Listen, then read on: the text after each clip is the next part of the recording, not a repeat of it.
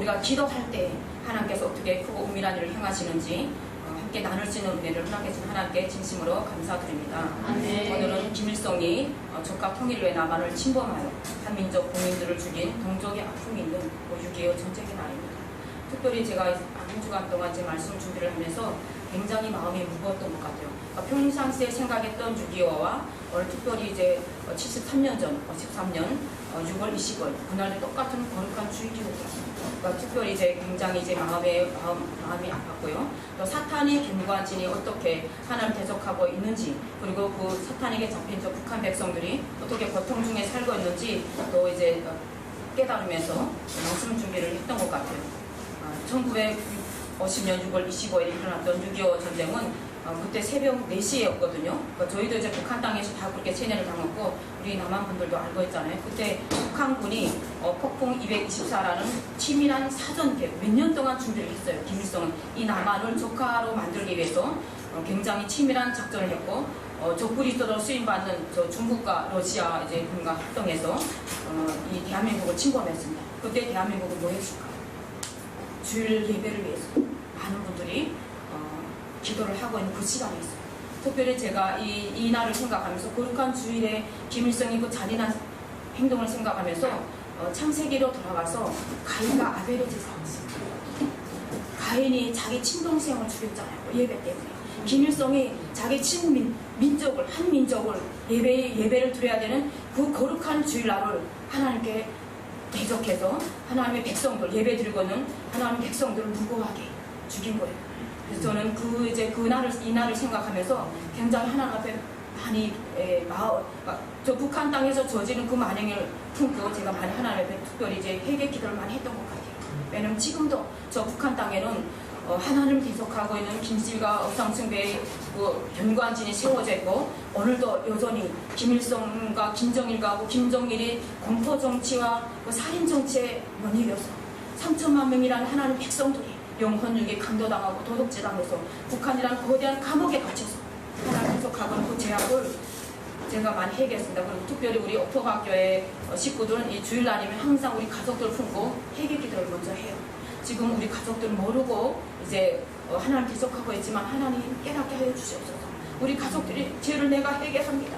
이 마음으로 우리 가족들을 진심으로 회개하오니 용서하여 주시고 북한 우리 하나님 백성들을 살려 주시옵소서. 이 기도를 저희가 먼저 하고 있거든요. 근데 좀 전에 우리 최발 목사님께서 6.25 이제 그 참전 이렇게 하셨다고 말씀을 딱 들으면서 이 전쟁, 그러니까 1950년 6월 25일 날에 전쟁을 시작한 그 전쟁 어떻게 했어요? 남한이 하마터면 공산화될 걸 했잖아요. 그러나 하나님께서 그 인간의 계획을 무너뜨리시기 위해서 16개 나라라는 하나님의 용사들 부르셔서 이 대한민국을 지켜주셨어요. 그러니까 최발 목사님 같은 귀한 분들, 전쟁 이 대한민국을 지켜준 그 귀한 분들에게 진심으로 감사드립니다. 그리고 김일성이 1953년 7월 27일 이 한민족을 절반 허리 잘라서 남과 북으로 분단시켰어요. 한민족이 갈라지고 가족이 헤어지고 한 백성이 그렇게 헤어지는 그런 아픔이 생기게 되었습니다. 그리고 북한 땅에는 김일성 1인 독재를 위한 독재 체제가 씌워지고 하나님을 대적하는 그 정권이 세워지게 되었고 그로 말미암아 북한에는 고난과 고통이 찾아오게 되었어요. 그리고 이 대한민국에는 저 북한의 고통과 절망 중에 죽어가는 북한 백성들 그리고 기도하는 기도자들 이 자리에 오신 그 여러분들 이분들이 북한 백성들 주여 그 북한 백성들을 살려주시옵소서. 이 기도가 끊어지지 않았고 새벽부터 기도의 함성소리가 하나님의 마음을 저는 감동시켰다고 봅니다. 그래서 하나님께서 그 기도를 들어주셨어요. 오늘 본문 말씀이 예레미야 33장 2절과 3절 말씀인데요. 이를 행하시는 여호와 그를 성취하신 여호와께서 지금 말씀하시느니라. 너희는 내게 부르짖으라. 내가 내게 응답하겠고 내가 알지 못하는 그 은밀한 일들을 하나님께서 행해 주셨어요. 저는 이 본문 말씀을 평상시에 생각할 때는 그냥 크고 은밀한 일들이 그냥 죽었던 사람이 살아나거나 병든 자가 암병에서 걸려서 일어선 사람 그분들에게만 해당되는 줄 알았어요. 근데 제가 이 말씀 속에 들어가 보니 하나님께서 크고 은밀한 일들을 오늘도 여전히 행하고 계십니다. 그리고 그 증거가 바로 저와 같은 우리 탈북민들 이 자리에 있는 거예요. 여러분들이 기도가 없었더라면 하나님 다른 방법으로 북한의 그 견고한 여리고성, 김실과 여리고성을 무너뜨릴 수도 있었겠지만 여러분들이 기도가 있었기 때문에 하나님께서 탈출구를 열어주셨습니다. 저는 오늘 본문 말씀을 통해서 하나님께서 어떻게 일을 행하고 계시는지 한번 나눠보려고 해요. 첫 번째, 하나님께서 기도하고 계실 때 그 땅을 흔들어 주셨어요. 그 땅을 흔들어 주셨는데 그때는 몰랐습니다. 제가 어떻게 하나님께서 일을 행하고 계신지 몰랐는데 말씀에 들어가서 제가 말씀 속에 들어가 살고 있고 보니 하나님께서 하나님의 마음이 느껴갔어요. 하나님의 마음이 저에게 이 마음 가운데 새겨지게 되었습니다. 저는 북한 평안북도라는 곳에서 어남매중 둘째 딸로 태어나게 되었어요. 근데 저희 아빠는 화학공장에 다녔거든요. 근데 화학공장이라는 것이 생명을 죽이는 그런 화학무기 만드는 공장이었거든요. 그래서 이제 그때 당시는 공급이 엄청 좋았어요. 맨날 다른 사람 먹어보는 소고기도 먹고 여러 가지 공급들이 좋았는데 저희 아빠 마음에서는 30대 이제 초반인데 살인 무기를 만들다 보니까 굉장히 이 생명에 대한 위협이 많았던 것 같아요. 그래서 이제 나으려고 계획을 했어요. 군수품 공장에서 나으려고 하니까 북한 땅에 모든 자유가 없어요. 선택할 자유도 없고 나을 자유도 없고 아플 자유도 없는 그 땅입니다. 진짜 감옥이에요. 그러다 보니까 아빠가 나으려고 하는데 나을 수가 없는 거예요. 할 수 없이 저희 아빠는 한 가지 이제 계획을 했어요. 다른 나라에 머물러 가서 이제 가족과 떨어져 있는 동안이면 저희 가족들은 이사를 가면 해외에서 돌아오면 저 가족 있는 곳으로 돌아올 수 있기 때문에 저희 아빠는 이제 러시아를 가기로 당과 수령에게 맹세를 하고 충성 맹세를 하고 이제 러시아에 3년 동안 벌목공으로 이제 나가게 되었어요. 그리고 저희 가족은 저희 엄마와 저희 오남매는 이제 저희 외갓집에 사는 동네로 이사를 오게 되었어요. 저희 외갓집은 양강도 신상권이었어요. 근데 이제 저희 외갓집이 처음부터 그곳에 살고 있었던 것이 아니라 원래는 평양에서 살았었거든요. 그리고 저희 외할아버지가 굉장히 지식이 많았어요. 일본 시대 때도 이제 대학을 졸업했다고 저는 이렇게 할머니를 통해서 들었거든요.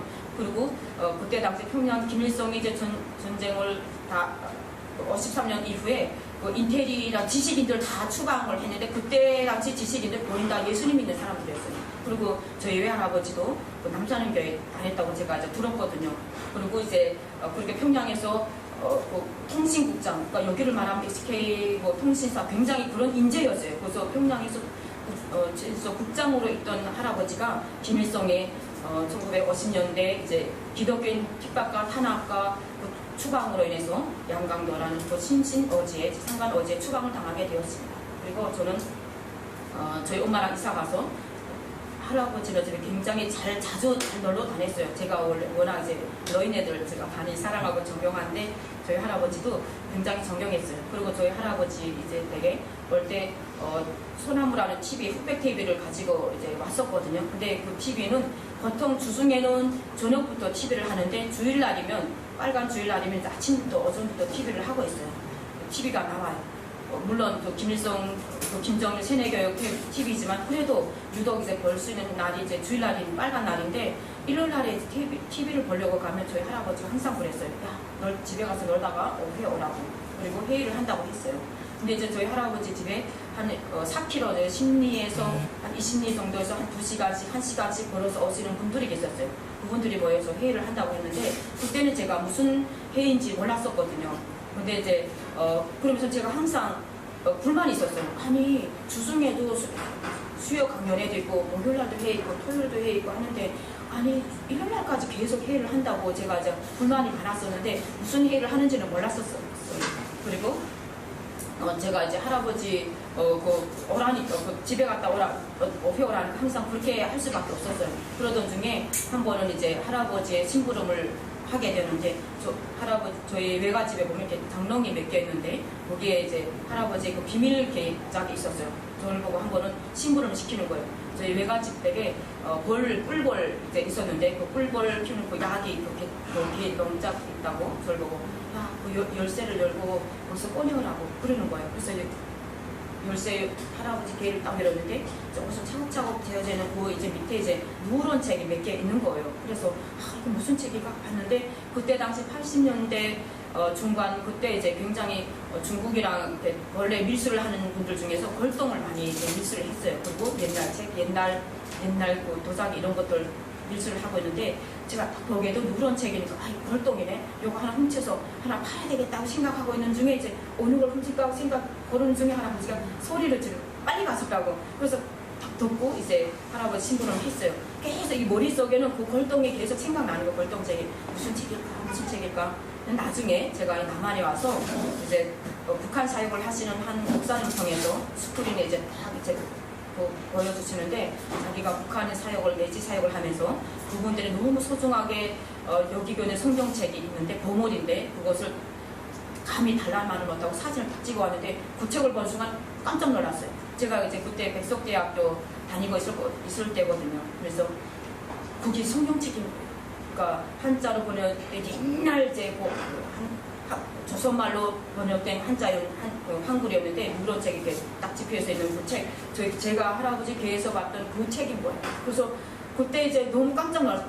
내가 저 책 훔치려고 했는데 안 훔치기 막 다행이다 하고 생각했는데 그날 저녁에 집에 가서 자는데 하나님께서 꿈에서 보여주시더라고요. 그 일월마다 했던 그 회의가 굉장히 궁금했었거든요. 왜 일월까지도 어전에 회의를 했는데 그게 궁금했었는데 하나님께서 그 이제 유튜브에 보면은 예수님 믿는 분들이 모여서 초상화를 뒤집어 엎어놓고 예배드린 모습을 다 보여주시는 거예요. 1시간씩 걸어서 오는 할아버지 친구들 그리고 다 그 할아버지를 저희가 이렇게 친척으로 여겼거든요. 작은 할아버지, 작은 할머니, 고모 할머니 이러면서 친척을 여겼는데 할아버지 솜씨들이 다 다른 거예요. 저희 할아버지는 이제 저희 할아버지 친척분들이 박씨도 있고 칠씨도 있고 김씨도 있고 다 다른 거예요. 그래서 이상하다. 우리 할아버지 왜 친척들이 성이 다 달라 이랬는데 믿음의 형제자매고 그래서 그 모습을 예배드리는 모습을 딱 보여주시면서 진짜 제가 자다가 벌떡 일어났어요. 그리고 기도했어요. 그전에는 제가 좀 교만했었거든요. 그러니까 이 대한민국에 와서 저 13년도에 대한민국 왔는데 대한민국에 와서 제가 주의종으로 먼저 준비를 하는 과정에 굉장히 제가 뿌듯했어요. 막 그 진학 대학교 가는 것 자체가 너무 뿌듯했거든요. 저 북한 땅에서는 김일성 대학 가려면 이 사단의 8천까지도 죄가 없어야 가는데 죄인 중에 계신 제가 감히 하나님을 주의 종으로 준비하신 그 대학교에 간다는 것이 너무 뿌듯해서 나중에 통일되면 나는 이제 목회자가 돼서 우리 가족들 다 모여놓고 이제 주의 복음을 전하겠다고 이렇게 뿌듯했는데 하나님께서 저를 이제 저의 교만을 꺾어주시더라고요. 그러면서 그 핍박과 한난 가운데서 목숨 바쳐 주일 예배를 드렸던 저희 할아버지들의 그 모습을 보여주면서 그분들이 그 예배와 이 대한민국에 있는 그 북한 땅을 향한 하나님께서 부르신 그 예배자들이 기도 소리가 우리 북한 백성들을 살리고 계시는 거라. 하나님께서 참 감사하고 교만했던 저를 하나님께서 꺾어주셨어요. 그래서 하나님께서 그것을 깨닫게 하셨습니다. 그러기 때문에 그렇게 북한 땅에서 저는 끊임없이 하나님께서 숨겨주신 바알에게 무릎 꿇지 않는 저희 할아버지와 같은 그 지하교회들의 예배소리와 이 대한민국에서 기도하는 기도자들의 그 기도를 하나님께서 40년 만에 응답하셨어요. 1990년대는 굉장히 김일성의 최고지에 올랐고 이사야 14장 말씀에 보면 너 아침의 아들 김영성아 내가 어찌 땅에 떨어졌는 거 김일성이 조선의 별이었거든요. 조선이 하나님이었거든요. 곳곳마다 김일성 아스라 동상이 세워지고 연구소가 세워지고 그 하나님 예배해야 될 그 연구소에서 김일성 우상 독재를 숭배하는 예배 처소가 된 거예요. 그리고 북한이라는 그 북한 땅에 평양은 북한이라는 별도 많은 분들이 평양 갔다 와서 북한도 괜찮습니다. 잘 산다 이렇게 선전하는 분들이 있더라고요. 그러나 북한 백성들에게 평양은 북한 백성들이 적군 군지가 되어 있는 곳이에요. 평백성들 갈 수가 없는 거예요. 저도 딱 한 번 가봤어요. 북한 평양에 가려면 굉장히 절차가 많아요. 저는 오늘도 그 말씀했어요. 우리 탈북민들이 저 북한 땅에 있을 때 북한에 평양에 가는 것이 여기서 해외 가는 것보다도 더 어려워요. 해외 비자는 것보다 더 어렵거든요. 적군 군지가 되어 있고 북한의 평양은 김일성의 성지가 김실가의 성지가 되어 있는 거예요. 하나님을 대적하고는 김실가의 성지가 되어 있는 그것을 하나님께서 인간 김일성을 꺾으시더라고요. 하나님 방법대로. 저는 요즘에 올해 들어서 깨달았어요. 1994년 하나님께서 김일성을 꺾으셨어요. 자기가 하나님이라고 하나님의 자리에 자기를 세우고 3천만 명의 하나님 백성들이 영혼육을 도둑질해서 자기를 우상 숭배하게 했던 그 김일성을 하나님께서 하루만에 꺾으시더라고요. 1993년 7월 8일 하나님께서 김일성을 죽이셨어요. 그리고 그 땅에 고난이 찾아왔어요. 그때 저희는 이제 김일성이 딱 죽었을 때 저희는 앞이 캄캄하더라고요. 왜냐하면 김일성이 조선의 하나님이었는데 그 조선의 하나님이 없는 그 조선 땅에서 어떻게 사냐 막 눈앞이 색감해서 막 그때 막 혼절하고 기절하고 막 진짜 절망 중이었어요. 그리고 사람들이 김일성이 죽으니까 저도 그렇게 생각했거든요. 눈앞이 새까맣고 그럼 우리 이제는 어떻게 살지? 우리가 땅속으로 스며드나? 즉 오늘 갑자기 김일성처럼 우리 다 죽어야 되나? 이렇게 생각하고 있는 그 시간에 그냥 시간을 흐르고 그냥 하루하루 나라 흘러졌어요. 그리고 그 땅에 드디어 고난이 찾아오게 되더라고요. 그때 그 시즌에 1994년 김일성이 죽고 정말 2000년대까지 정말 말할 수 없는 표현할 수 없는 고난이 찾아왔어요. 그때 당시 이제 저는 기억이 나는데 저희 이제 옆집에서 아침에 일어났는데 굴뚝에 연기가 없는 거예요. 굴뚝가 우리 젊은 분들 굴뚝이 모르시겠죠. 굴뚝이랑 저 북한에서는 다 장작으로 불 떼서 밥을 해먹고 이런 굴뚝이 세워지는 집집마다 굴뚝이 있거든요. 근데 아침에 딱 일어나서 보면 그 굴뚝에 연기가 안 나는 거예요. 장작을 떼야 연기가 나가는데 연기가 안 나는 거예요. 그래서 이제 문두들에서 문두대를 소리가 없어요. 열어보면 온 가족이 누워있는데 그 사람들 만지면 다 죽어요. 시체가 산산해. 앞집에도 연기가 안 나요. 열어보면 여전히 죽어있어요. 길가에도 앉아있는 사람들은 거의 기운 없어 죽기 직전의 사람이고 누워있는 사람들 다 죽어요. 이렇게 시체가 자는 사람처럼 보이는 거예요. 그리고 그때 당시는 너무 시체가 많기 때문에 시체 처리소라는 것이 있었어요. 시체 처리소가 있어서 달구지에다 이 길가에 누워있는 사람들은 그냥 집어 쌓아서 가다가 이제 어느 산 같은 데다 산골 같은 데 이렇게 구덩이를 파고 거기 다 묻는 그런 처참한 환경이 상황 가운데 있었어요. 그리고 그분들 볼 때 여름 같은 때는 시체가 빨리고 시체 처리소에 발견되지 않은 시체들에서는 막 18일대가 날아다녔어요. 그러니까 이런 참혹한 환경을 보면서 나도 언젠가는 이 시체 발견 이분들처럼 이 사람들처럼 여기에 발견되겠구나 하는 그 절망이 확 찾아오는 거예요. 그때는 뭐 때문에 고통을 당해야 되는지도 몰랐어요. 그때 출애굽기 말씀에 보면 있더라고 3장 7절 8절 말씀에 보면 내가 애굽에는 내 백성의 고통을 분명히 보고 그들의 감독자로 말미암아 그 부르짖음을 내가 애굽에 내려가서 그들을 애굽인의 손에서 건져내 그들 족과 뿌리 흐르는 땅 가나안 족속, 헷 족속, 아모레 족속, 브리스 족속 그 7 족속이 가나안 땅으로 하나님께서 불러주신 하나님 그 권한을 통해서 하나님 그때는 350만 명이라는 하나님 백성들이 죽었어요. 그 사방의 반열을 통해 사방을 보면서 저와 같은 탈북민들은 도저히 이 땅에서 살다가 어느 순간에 나도 죽겠구나 이 절망을 보면서 탈출할 수밖에 없는 상황이 생긴 거예요. 하나님은 여러분들이 기도의 응답으로 그 코너를 몰아간 거예요. 그 죽음이 없었더라면 평생 동안 저는 김일성이 조선의 하나님이었고 조선의 하나님이 죽으니 그 땅에서는 진짜 도저히 살 수 없는데 어떻게 해서든지 진짜 그 땅에 남아있으려고 했어요. 내 사는 내 나라 제일로 좋았기 때문에. 그러나 하나님은 하나님의 방법이 그 고난을 통해서 탈출구를 열어놓으셨어요. 그래서 우리 탈북민들이 그때부터 하나하나 탈출하기 시작했습니다. 저도 역시 1998년도 탈출을 하게 되었습니다. 그러니까 우리 탈북민들이 이것이 있는 것이 우연이 아니라 여러분들이 기도에 여는 내력에 부르짖었을 때 하나님께서 그 북한 땅에 탈출구를 열어넣으신 것입니다. 그래서 오늘 이렇게 그 보이지 않는 기도가 보이는 기도로 응답하게 하신 하나님께 진심으로 감사드립니다. 그리고 하나님께서 이렇게 탈출구를 열어놓으신 것뿐만 아니라 고난을 통해서 하나님 찾아오시더라고요. 저는 그때 탈북을 했는데 중국이라는 곳에 이제 1998년도에 탈북을 했어요. 탈북을 했는데 또 제가 상상도 못했던 또 다른 이제 강야 생활을 하게 되었습니다. 인신매매꾼들에 의해서 강제로 강제 혼인으로 팔려가게 되었어요. 그러니까 그때는 지금도 여전히 대한민국에서는 정부미양부, 그러니까 그 할머니들이 정부미양부에 대해서 막 인권에 대해서 막 진짜 간절히 막 하고 있잖아요. 그러니까 저희는 선택의 여지가 없었어요. 예, 선택의 여지가 없고, 그 인신매매꾼들에 의해서 그 사람들이 돈 주고 사람들이 우리는 이제 팔려간 거예요. 그러니까 너무 이제 억울한 거예요.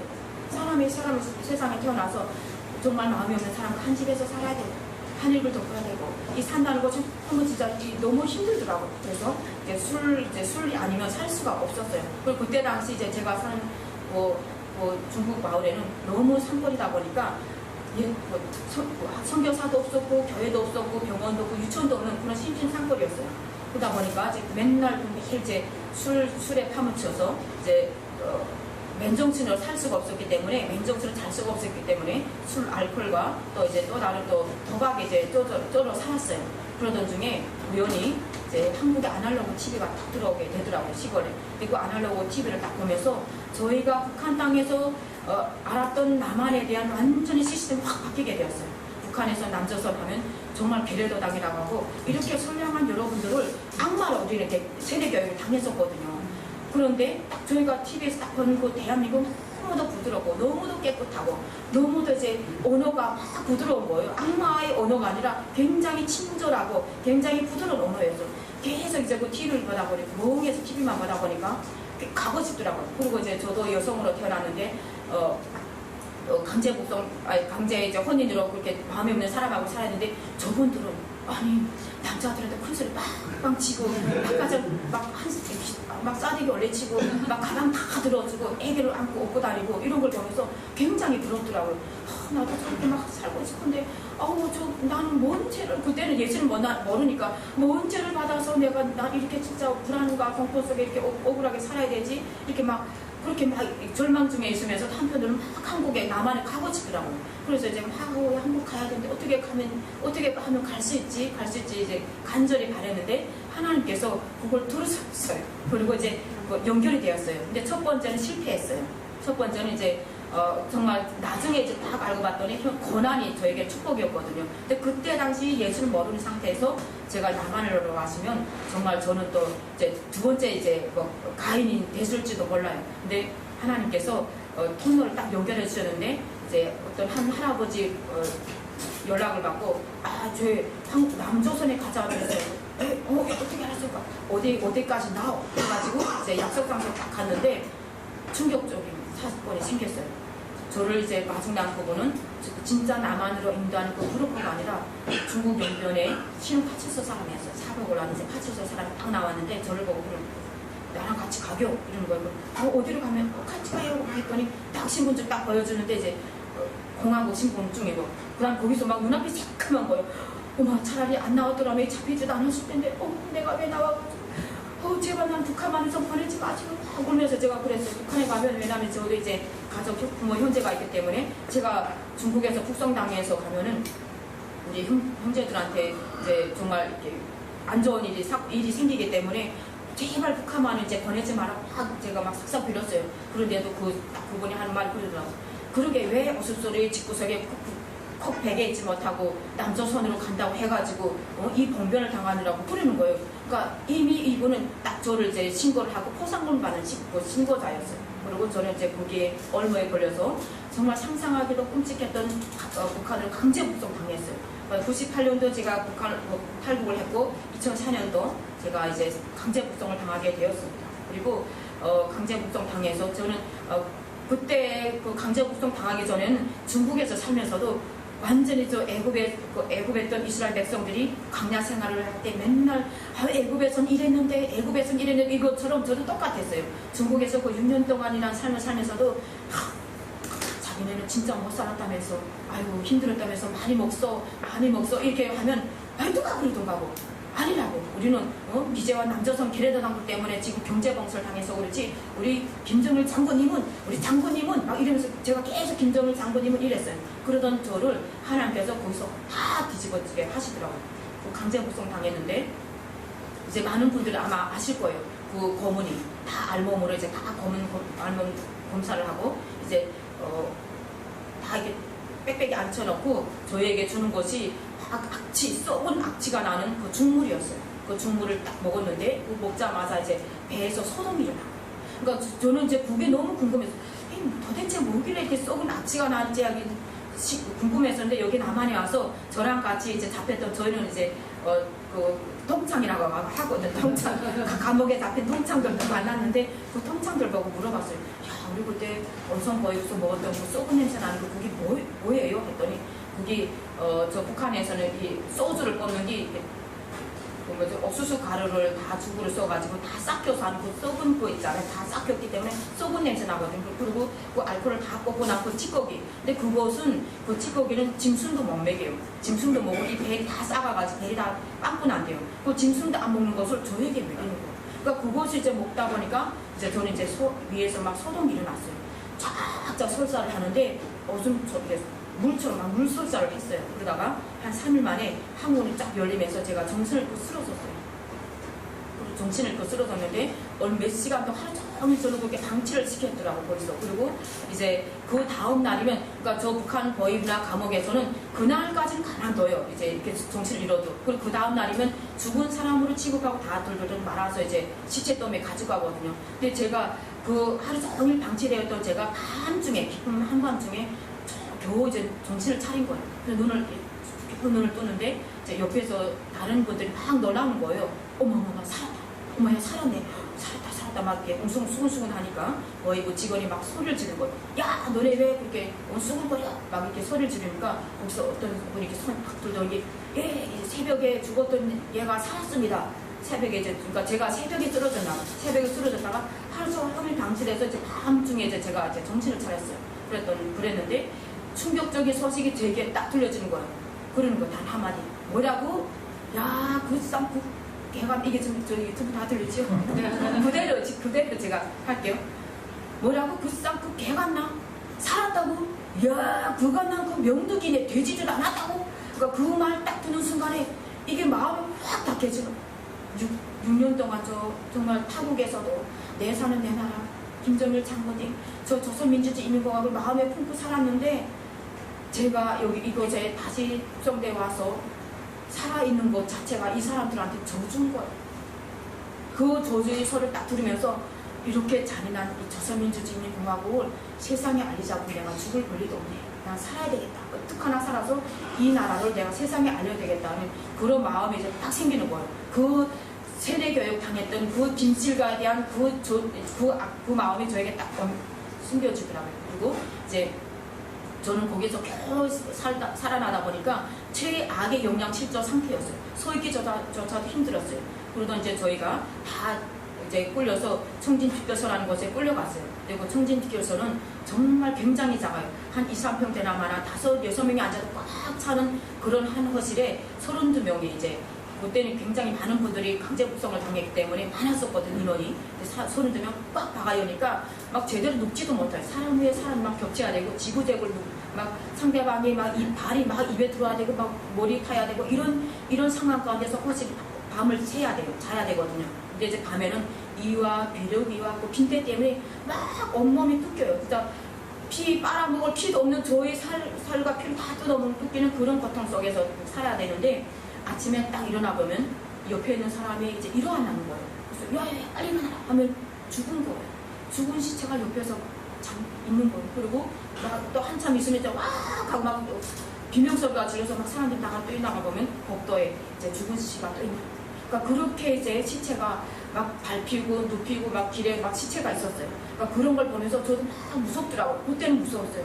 나도 언젠가는 죽겠구나. 이 철창 없는 감옥에 너무 진짜 갇혀있는데 너무 진짜 절망이었어요. 언젠가는 나도 죽겠구나 했는데, 저 이제 한 호실에 이제 다른 분들 다 강제노동으로 이제 끌려나가요. 강제노동을 아침 밥 먹이고 다 끌려나가는데, 환자대열은, 그러니까 서 있기도 힘들어 보이고 이 사람들 눈에도 너무 열악한 환자들 안 데리고 나가는데, 그때 당시 제가 너무 열악한 환자였기 때문에, 최악의 영양실조였기 때문에 데리고 안 나가더라고요. 그리고 그 환자대열에 남겨졌어요. 이렇게 이러고 기운이 없어 이렇게 앉았는데, 한 할머니가 딱 눈에 띄우는데 그 할머니 눈에 너무 평온한 거예요. 그래서 제가 가서 물어봤어요. 옥지르면서 야, 너 어디서 있다가 잡혀왔니? 했더니 연길에서 잡혀왔다고. 너는 야 괜찮다. 야 연길에서 어떻게 잡혀왔니? 너 어떻게 살았니? 안 잡히고 어떻게 살았니? 그랬는데 자기는 공주로 살았다고. 네, 너무, 그러면 그분이 너무 평온한 거예요. 근데 저는 그때 처음에 그 공주라는 말이 이렇게 믿어지지가 않았어요. 그러니까 저도 이제 20대 후반에 탈북을 했는데 강제 헌인으로 이제 팔려갔잖아요. 신신창고에. 근데 이 어르신은 할머니인데도 불구하고 자기가 공주를 살았다고 하는데, 처음엔 아유야 뻥치는 줄 알았어요. 근데 계속 공주라는 그 말마디가 계속 제 마음속에 끌리는 거예요. 그래서 가서 떠오르랬어요. 나도 이번에 여기서 안 죽고 살아나가는 너처럼 저 공주를 좀 살게 해달라. 어디를 찾아가면 되니? 했더니 그 할머니가 알려주는 분이 계셨어요. 성령 하나님, 자기가 시킨 대로 하래요. 그러면서 처음에 이제 하나님 몰라서 하나님 잘못했습니다 이런 걸, 야 나 잘못한 것이 없는데 지금 내게 얼마나 진짜 억울한데 뭐 잘못한 것이 뭐야? 모르는 것이 잘못이에요. 그래서 또 할머니가 알려주는 대로 몰라서 죄송합니다. 또 알아서 감사합니다. 저를 이 감옥에서 좀 나가게 해주세요. 감옥에서 나가서 제 가족을 찾아야 됩니다. 제 가족을 좀 찾게 해주세요. 예수님 이름으로 기도합니다. 이 할머니가 알려준 그 5가지 기도를 정말 간절히 했어요. 그리고 한 3일 동안 밖에 이제 일하러 못 나갔다 보니까 그냥 그 할머니가 시켜주는 대로 그냥 아침부터 밤 자기 전까지 계속 그렇게 기도를 했어요. 그리고 한 3일이 지났어요. 3일이 지났는데 이제 아침에 딱 밥을 딱 우리에게 먹이고는 이제 다 모여놓고 일하러 나간 작업 대상자 명단을 불러요. 근데 이제 그날에는 제 이름이 딱 있는 거예요. 그래서 이제 이름 딱 드는 순간에 막 서 있기도 힘들어 죽겠는데 거기 강제노동은 저희가 이만한 브로커를 이제 이 잔동에다 쥐고 이제 건설 현장에 나가야 되는데 이 안전 이런 것도 없거든요. 널판지를 둥성 이렇게 하는데 거기를 꼭대기 이 브로커를 다 위에 날아야 돼요. 그래서 그날 이제 작업 현장에서 떨어져서 사고로 죽는 사람들도 엄청 많아요. 근데 그 현장에 딱 명단이 있으니까 저도 아유 주여. 그땐 주여 보니까 아유 오늘은 또 진짜 이게 아이고 눈앞이 색감해서 잘못하면 떨어져 죽겠네. 이제 절망진 어쩔 수 없이 이제 선택의 여지가 없으니까 끌려 나갔어요. 끌려 나갔는데 이제 한 타임 이제 일을 시키고 막 브로커 막 세 장이 머리까지 올리는 그 브로커를 메고 이제 올라가 다리 훌훌 돌리면서 이제 한 2시간 일을 시키고 이제 한 10시쯤 되면 이제 휴식시키더라고요. 휴식시키는데 너무 기운이 없어요. 앉아있는데 그리고 또 저희 이제 감독관이 그 총진 집에서는 제일 악질하고 소문났던 사람이었어요. 그 나이 어린 남자였는데 결혼도 안 한 남자였는데 그냥 이분은 자기 엄마 또래건 할머니 또래건 없어요. 그냥 이 XX 이가 안 나 저가 나 막 이게 이름이거든요. 근데 이제 딱 나가는데 제가 기운이 없어 가만히 이렇게 앉아있는데 저를 보고 야 허약이라는 것은 이제 북한에서 영양실조 보고 허약이라 하거든요.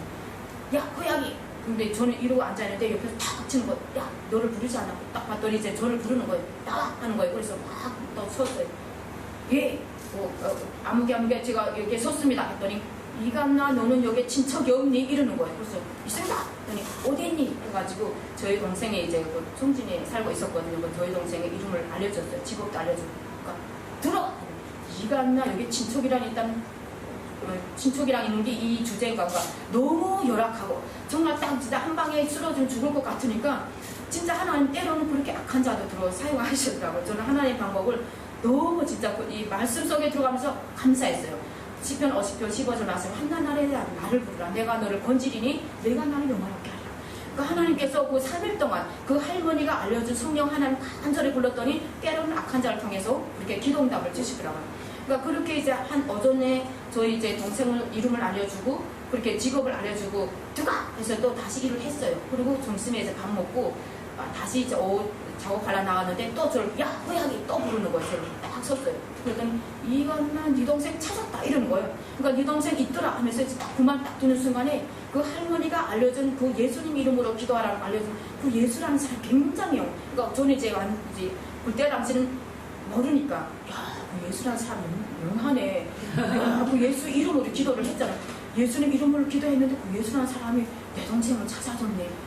진짜 감사하다. 그리고 그 할머니한테 신세가품 하느라고 그때서부터 이제 저녁에 주는 그 밥을 절반을 갈라서 몰래 숨겨가지고 할머니한테 저녁에 이제 와서 알려줬어. 야, 내 동생 찾았다. 네가 알려준 대로 진짜 그렇게 예수님 이름으로 기도했는데 내 동생 찾았다.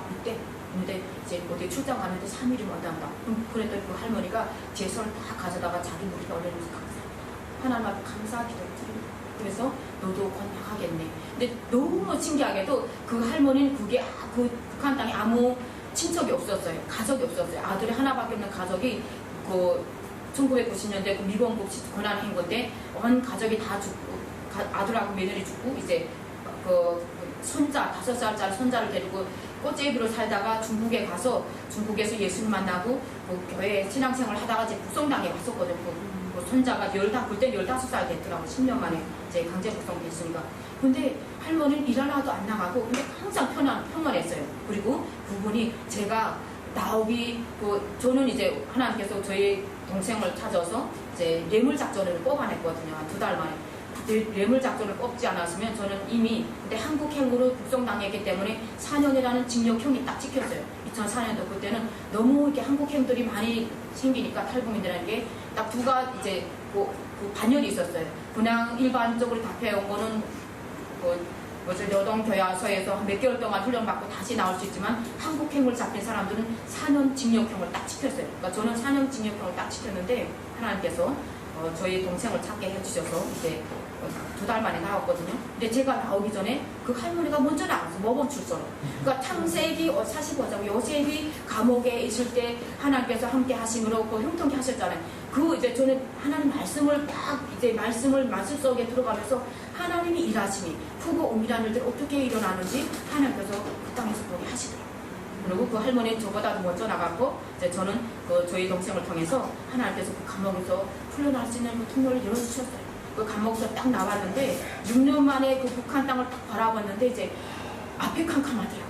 입이 있어도 말할 수가 없고 눈이 있어도 TV를 탁 켜면 조선민주주의인민공화국입니다. 세뇌교육밖에 할 수 없고 저는 6년 동안 그래도 중국에서는 수십 개 채널을 보고 대한민국에서 그 아날로그 채널을 통해서 대한민국의 모든 문화와 음악과 드라마를 볼 수 있었는데 이건 딱 키면 막 숨 막히는 소리만 딱 들려오는 거예요.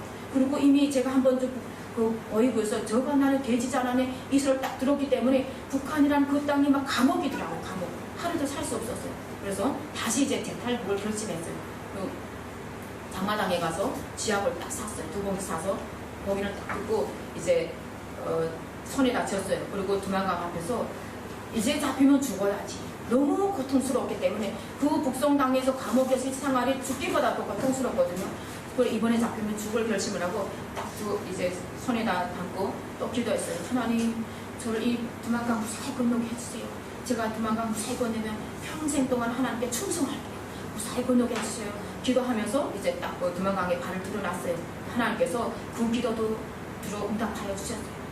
시편 130편 말씀에 내가 은밀한 중에 기도할 때 하나님께서 들으신다. 그 말씀이 정말 제 삶이었어요. 그렇게 쥐약을 죽으면 죽으리라 하고 쥐약을 딱 봉인을 듣고 하나님 앞에 죽을 결심을 하고 기도했는데 하나님께서 살려주셨어요. 그리고 무사히 두만강을 건너게 되었습니다. 그리고 제가 두만강을 딱 건넜을 때 이 거룩한 부담이 있었어요. 내가 하나님께 충성하겠다고 했는데 어떻게 하면 하나님 만날 수 있지? 이렇게 제가 막 걱정을 하고 있는데 걱정은 걱정이 아니더라고요. 하나님께서 예비하신 선교사님들 계셨어요. 저처럼 이렇게 탈북한 탈북민이었는데 그분은 탈북하자마자 예수를 만난 분이었어요. 그리고 탈북한 탈북민들 찾아다니면서 이제 열심히 복음을 전하는 그분은 또 그런 분이 계셨어요. 그리고 저를 딱 제일 처음에 저를 딱 만났을 때 안아주면서 사랑합니다. 사랑해요. 힘드셨죠? 근데 그 사랑해요 하는 그 말이 이 전율이 쫙 들어가는 거예요. 부모한테서도 사랑한다는 말 못 봤는데 예수님이 사랑으로 사랑합니다 하는 그 말이 전율이 탁탁 흐르는 거예요. 그리고 이제 우리가 고통당하게 된 원인을 이제 알려주시는 거예요. 강반석이 원래 이름 강신혜였는데 그 강씨 라인에는 예수를 믿는 사람이었잖아요. 근데 타락해서 김일성이 예수를 믿는 사람 다 핍박하고 죽이고 자기를 하나님으로 숭배했기 때문에 북한 땅에 고난이 왔다는 것을 이제 하나하나 알려주시더라고요. 그리고 이제 필사를 하기 시작했어요. 필사를 하면서 출애굽 당시에 애굽에서 그 10가지 고난에 대해서 필사를 하다가 제가 뒤집어졌어요. 북한 땅에서 현재 일어나는 이거는 고난, 이 재앙, 빈대 재앙, 전염병 이 모든 재앙들이 북한 땅에 현실적으로 일어나고 있는 재앙이거든요. 우리가 미제와 남조선 계략도당 때문에 북한 백성들이 죽는 것이 아니라 하나님을 대적하고 바로와 같은 김실가에게 우상 숭배하기 때문에 하나님께서 하나님 백성들을 건져낼 수 있는 방법이 그 권한이라는 그 통로를 통해서 하나님께서 불러주셨다는 것을 알게 되었어요. 그리고 아직도 북한 땅에는 그 권한이 여전히 실행되어지고 있어요. 아모스 8장 11절 말씀을 보면 때가 이르되 여호와의 말씀에 때가 이르죠. 북한 땅에 저는 이제 그 땅에 북한 땅 그 땅에 기근이 이르니 저들이 물이 양식이 없어 주림도 아니요 물이 없어 가람도 아니요 여호와의 말씀이 떠났기 때문에 그 말씀을 제가 딱 필사를 하다 그 말씀을 받으면서 뒤집어졌어요. 그리고 하나님 저 북한 땅에 우리 가족들은 아직도 그 고통의 원인조차 몰라요. 그 고통의 원인조차 모르고 죽으면 진짜 지옥으로 끌려가고 있습니다. 하나님 저 우리 북한 백성을 살려주세요. 제가 이렇게 막 기도하게 되더라고요. 근데 그 전에 제가 한 아픔이 있어요. 저를 이제 감옥에서 건져준 저희 동생을 제가 이제 열심히 저는 인간적으로 빚을 졌기 때문에 그 동생한테 계속 열심히 섬겨줬어요. 재정 지원을 했어요. 제가 열심히 중국에서 일을 해가지고 이제 돈을 보내줬는데 어느 날 갑자기 이게 소식이 다 끊어지더라고요. 그리고 저희 엄마한테서 2007년 이제 후반기에 이게 이제 엄마한테서 연락이 왔는데 저희 그 큰동생이 감옥에서 죽었다는 소식을 들었어요. 그래서 제가 그때 굉장히 이제 아팠어요. 영원한 이별을 알겠더라고요. 만약에 제가 예수 생명 복음을 전해주었더라면 그 북한 땅에서 육신의 장막을 벗던, 이 땅에서 육신의 장막을 벗던 천국에서 만났을 텐데 그 땅에 있는 내 동생에게 그냥 재정만 지원해 준 것이 너무 하나님 앞에 죄송하더라고요. 그리고 하나님께서 마태복음 4장 4절 말씀을 주셨어요. 사람의 떡으로만 사는 것이 아니라 하나님 위해서란 모든 말씀으로 사느니라. 이 말씀을 딱 주시면서 굉장히 회개했어요. 하나님 이제 우리 가족들에게 재정과 함께 복음을 전하게 해주세요. 복음을 하나님 이제 영원한 이별을 더 이상 우리 동생, 그리고 그 다음 해 이제 저희 동생을 통해서 듣게 되고 저희 아빠도 그 남동생 큰 맏아들이었거든요. 그 장선을 입고 이제 충격받아서 2달 만에 저희 아빠까지 돌아갔던 소식을 그 다음 해에 들었어요. 그리고 제가 막 기도했어요. 하나님 우리 가족들에게도 복음이 좀 들어가게 해주세요 했더니 하나님께서 그 기도도 들어주셨어요. 2008년도 저희 막내 남동생이 저를 찾아 이제 중국에 왔어요. 근데 저희 막내 남동생이 올 때 저희를 찾아왔는데 그때는 저는 한 10년 넘게 있다가 헤어져서 10년 넘어 후에 이제 만났거든요. 제가 98년도 탈북할 때 얘는 군대를 나갔었고, 그리고 제가 2008년도에 이렇게 만나다 보니까 이렇게 키는 1cm도 안 크고 그냥 약하고 왜소한데 더 약해지고 더 왜소해지고 이 팔이 왼쪽 손이 이렇게 장애가 된 거예요.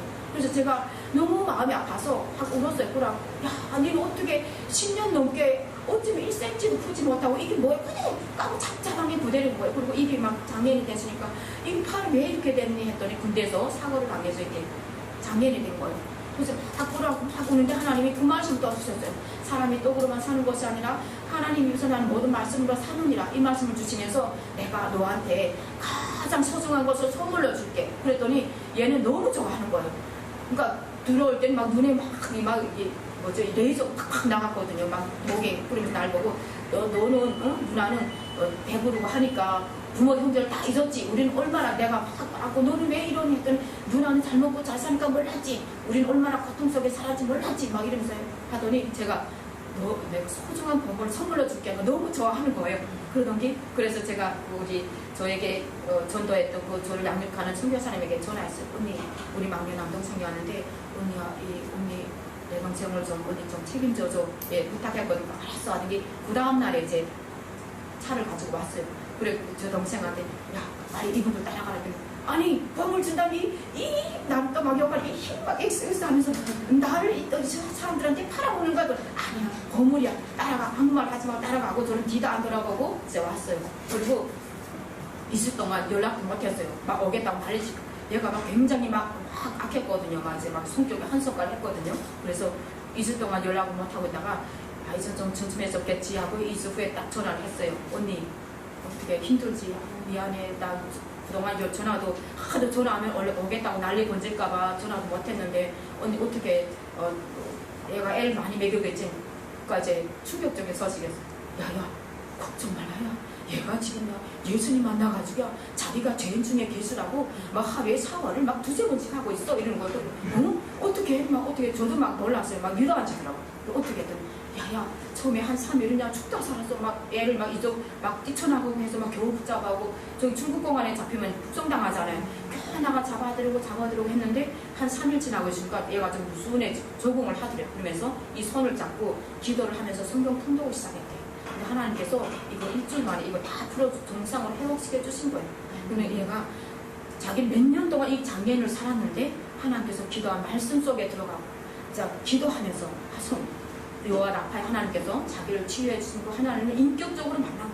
그리고 정말 죄인 중에 괴수였다고 계속 자기가 회개한다고 하면서 계속 사월을 하고 있더래요. 그래서 6개월 동안 내가 전화를 하는데도 그래 엄마 그럼 하나 한번 바꿔줄까? 해가지고 아니 난 또 오겠다고 할까? 아니 괜찮아. 누나 걱정 말라? 막 이러면서 막 들려오는 거예요. 거기서 전화 소리가. 그래서 감사합니다 하고 이제 그랬는데 원래는 얘가 빨리 이제 한 달만 다시 건너가기로 약속을 했는데 군대들하고 약속을 했거든요. 6개월 동안 거기서 선교사 훈련을 받고 6개월 후에 다시 이제 북한으로 들어가게 됐어요. 근데 딱 들어가기 전에 만났는데 6개월 전의 모습이랑 6개월 후의 모습이 완전히 다른 모습.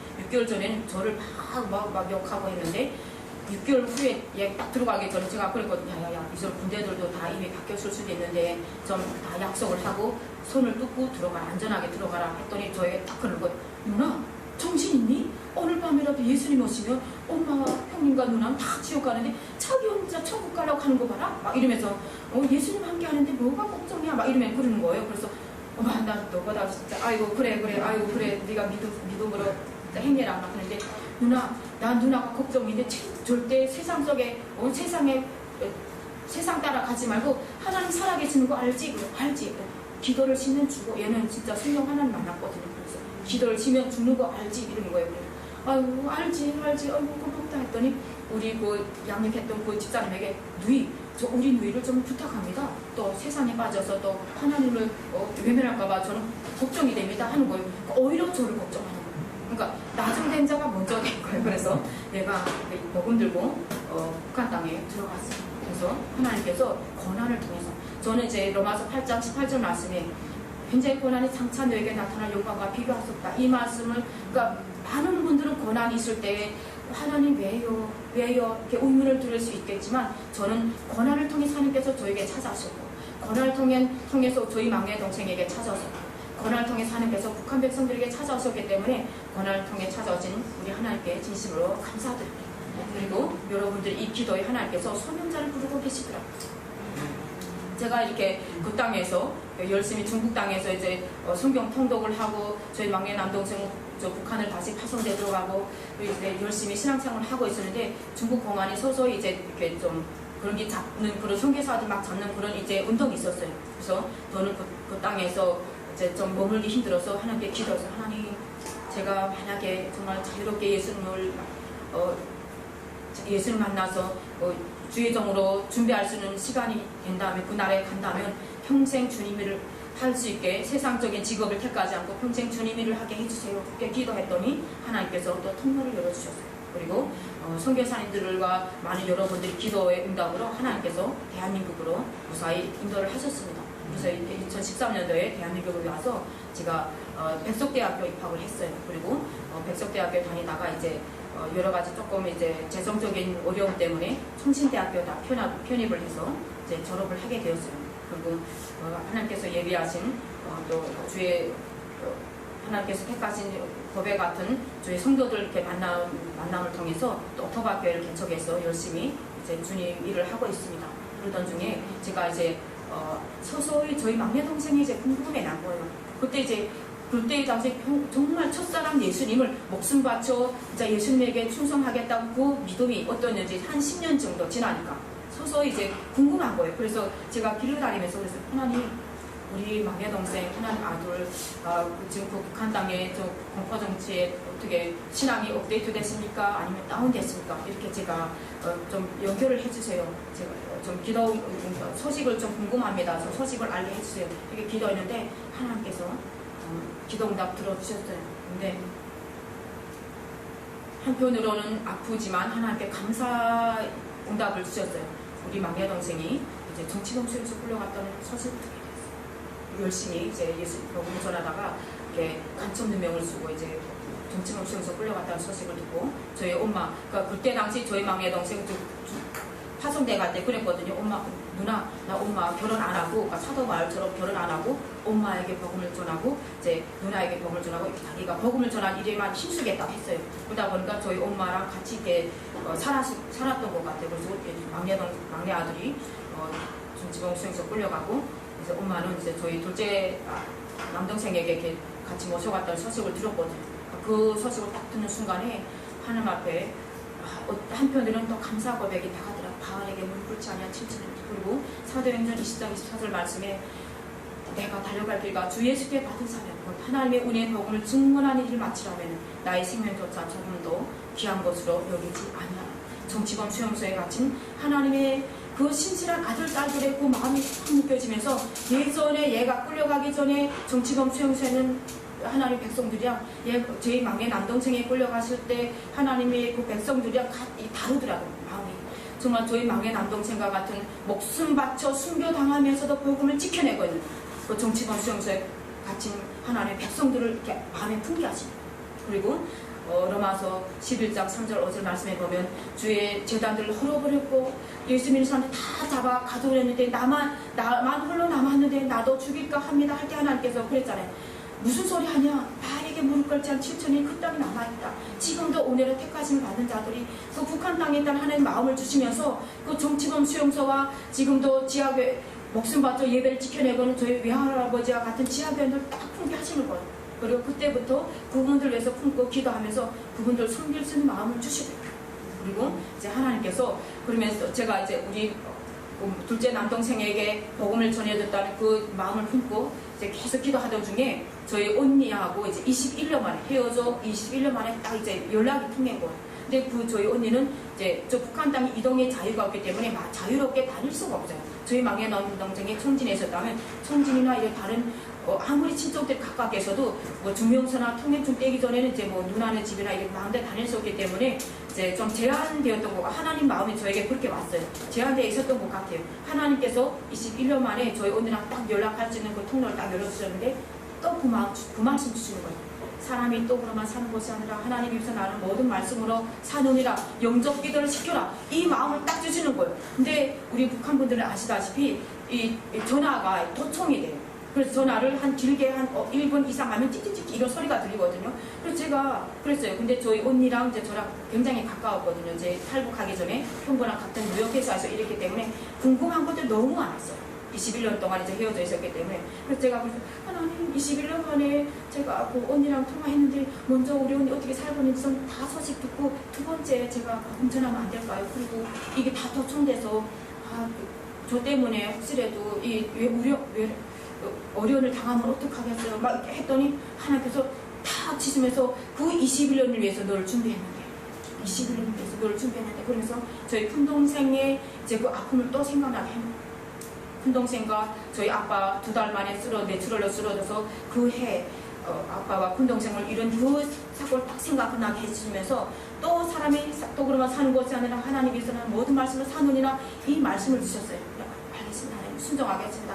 그 통로들 지켜주시고 그 전파 하나님 올려 맡깁니다. 사탄 마귀가 들을 수 있는 모든 골목 모든 통로를 차단시켜주시고 복음의 우리 언니에게 마음의 문을 활짝 열어주시고 복음이 들어갈 수 있도록 통로를 열어주시옵소서. 이렇게 기도하고 영적 기도를 딱 시켰는데 제가 놀랐어요. 제가 막 썼거든요. 막 중문본 할까봐 영적 기도문을 딱 썼어요. 그래서 제가 이제 실험을 해봤는데 딱 1분 걸리더라고요. 그래서 쓰고 연습을 하다가 그 다음날에 언니랑 통화하는 시간에 언니한테 영적 기도를 시켰어요. 언니야, 마음의 문을 열어. 그리고 내가 가장 소중한 보물을 언니에게 전달해 줄 때 무조건 아멘으로 받아야 돼. 아멘으로 받아야 돼. 그래야 언니 거가 돼. 이 소중한 보물 언니 받아야 돼. 가만히 거예요. 조용한 거예요. 그래서 제가 영적 기도문을 다 읽어주고 마지막에 언니야 아멘 했는데 언니가 아멘 하는 거예요. 그리고 저는 이 아멘 소리가 우리 북한 사람들 너무 생소하거든요. 하나님도 생소하고 예수님도 생소하고 아멘도 생소한데 제가 이제 삼일째 하나는 다 전달해주고 이제 아멘을 하는데 아멘 하는 거예요. 그래서 제가 막 놀랐어요. 엄마 이 질문도 없는 거예요. 그러니까 하나님께서는 이미 예배를 하셨는데 제가 순종을 안 하고 있는 뿐. 그래서 제가 그래서 하나님 앞에서 너무 감사하고 그리고 하늘을 딱 올려다봤는데 하나님이 그렇게 기뻐하라고 그 한 영혼에게 예수 생명 복음을 전달했더니 하나님께서 그렇게 기뻐하시고 그래서 저는 이제 제 이런 마음의 그 고백이 있기 때문에 저희 성도들한테도 항상 그런 마음이에요. 우리가 저 북한 때 우리 가족들이 우리 권사님도 계시지만 우리 옥토박교회 거의 이제 대부분 다 탈북민이거든요. 북한 땅에 재정 공급을 해요. 그 재정 공급을 할 때 제가 항상 이 말 해요. 우리가 재정을 그냥 우리 생각으로 치면 이거 300만 원 다 소비되고 없어져요. 그러나 북한 땅에 우리 가족들에게 하나님이 택한 하나님의 백성들, 하나님의 가족에게 씨앗을 심습니다. 하나님이 물 주시고 자라나게 하셔서 이 재정이 뿌리지 않게 주는 통로를 사용하여 주시옵소서. 그리고 이렇게 복음을 전하라고 계속 이제 제가 강조를 시키고 있거든요. 그래서 우리 가족들은 이렇게 재정과 함께 복음을 같이 심고 있습니다. 그리고 하나님께서 그 주신 마음이 있기 때문에 우리 현재 저 북한 땅에 정말 그 영혼들 지금도 김씨가에게 충성하고 하나님 대적하고 있는 그 죄 때문에 고통당하고 있는 그 원인을 우리가 알려줘야 되잖아요. 그래서 작년에 이제 저희 그 다이천 도사님이 한 것 같이 그 똑같은 이제 로덴당 복지공동체를 통해서 북한 땅에 들여보내고 있어요. 근데 하나님께서 응답을 주시더라고요. 요즘에 여러분들도 아시죠?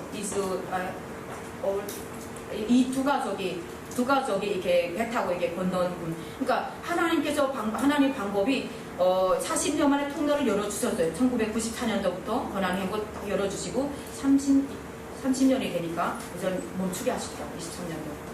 그러니까 하나님 방법은 열어주시는 분도 하나님이시고 닫으시는 분도 하나님이시죠. 왜냐하면 이제는 열어주실 때 우리가 들어가게 하시려고. 이미 하나님께서 주의 백성들 부르셨어요. 북한 땅에서 주의 백성들 부르시고 함께 연합해서 이제는 함께 저 북한 땅을, 저 북한의 산지들을 점령하게 하시려고, 예수 생명 복음으로 점령하게 하시려고 하나님께서 준비하고 계시거든요. 근데 이 하나님의 그 기도응답이 그분들 통해서 또 들려지게 하시는 거예요. 그분들이 국정원에서 뭐라고 증언을 했냐면, 이렇게 나이 어린 자녀들이 있는데 그 자녀가 유치원부터 저희는 세뇌교육을 당하고 있거든요. 그 유치원에 들어가면 김정은이 세뇌교육을 당하고 있기 때문에 그 유치원에 들어가기 전에 가족들을 같이 이렇게 한국에 오고 싶었다. 그럼 두 번째, USB를 통해서 영화를 봤는데, 그러니까 그 세뇌교육이라는 그 단어가, 세뇌라는 단어가 우리 크리스찬들 단어거든요. 북한 땅에서는 몰라요. 세뇌 당한다고, 이게 북한 땅에서는 충성을 한다 하지 세뇌란 말 안 쓰거든요. 근데 그분이 딱 그랬어요. 세뇌 교육을 실어서 남한에 왔다. 그리고 USB를 통해서 영화를 보고 많이 보았다고 했거든요. 그래서 제가 우리 저 북한 땅에 보내는 그 USB를 다시 재점검만 봤어요. 그 영화를 보면 북한 김씨일가에 충성할 수가 없어요. 왜냐면 거기 사복음서 들어갔지, 천지창조 하나님의 그 일하심이 들어갔지, 철로역정 들어갔지, 크리스찬 영화들 다 이렇게 담겨져 있거든요. 근데 여기 남한에 오는 탈북민 단체들에서 저 북한 땅 사역을 우리만 하는 것이 아니라, 러렌나무만 하는 것이 아니라 다른 단체들도 해요. 근데 그분들은 SD 카드를 써요. USB는 저희 단체만 보는 거, SD 카드에다가 그 인권에 대한 것, 남한의 노래, 영화, 이런 인권에 대한 것만 계속 보내주고 있거든요. 근데 USB를 통해서 영화를 봤다는 부분이 딱 법에 들으면서, 그리고 그분들이 온 지역이 황해남도 강릉이에요. 우리는 저 소위바다를 보내달라고 그 통로거든요. 그래서 하나님께서 그 응답을 주시는 거예요.